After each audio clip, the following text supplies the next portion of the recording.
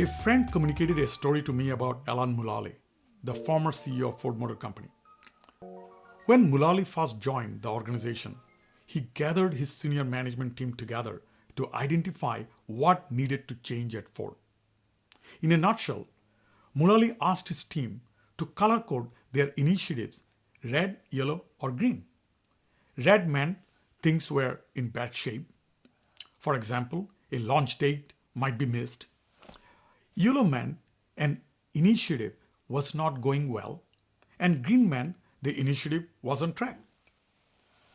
He wanted his team to be straightforward when presenting their reports so they could figure out the solutions.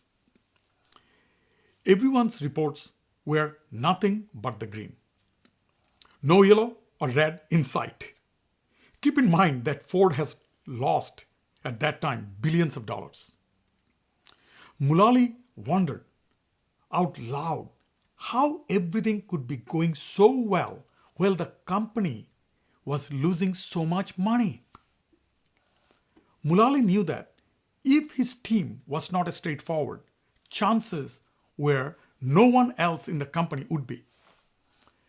It was a race to the bottom. He explained that he expected his executive team to be straightforward about the problems they're having. The reports continued to remain green. Why? Ford's culture was the opposite of being straightforward. It was a culture of deceit, whatever the terms you wanted to use. Everyone knew there were problems, but no one had the guts to talk about it. Then, one of the executives, Mark Fields, spoke up. I do not know if Mark had a sudden awakening or just got sick of sitting through another unproductive meeting, but he described a problem his team was having and why a new car launch would be delayed. I'm told you could hear a pin drop. Then Mulally started applauding. Finally, someone who was not afraid of the truth. He chose to be straightforward.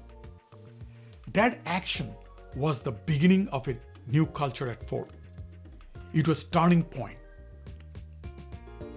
You know the rest of the story. Ford was the only US automotive manufacturer to emerge from the automotive crisis without filing for bankruptcy or having to accept government assistance. The power of truth lies in our ability to embrace it.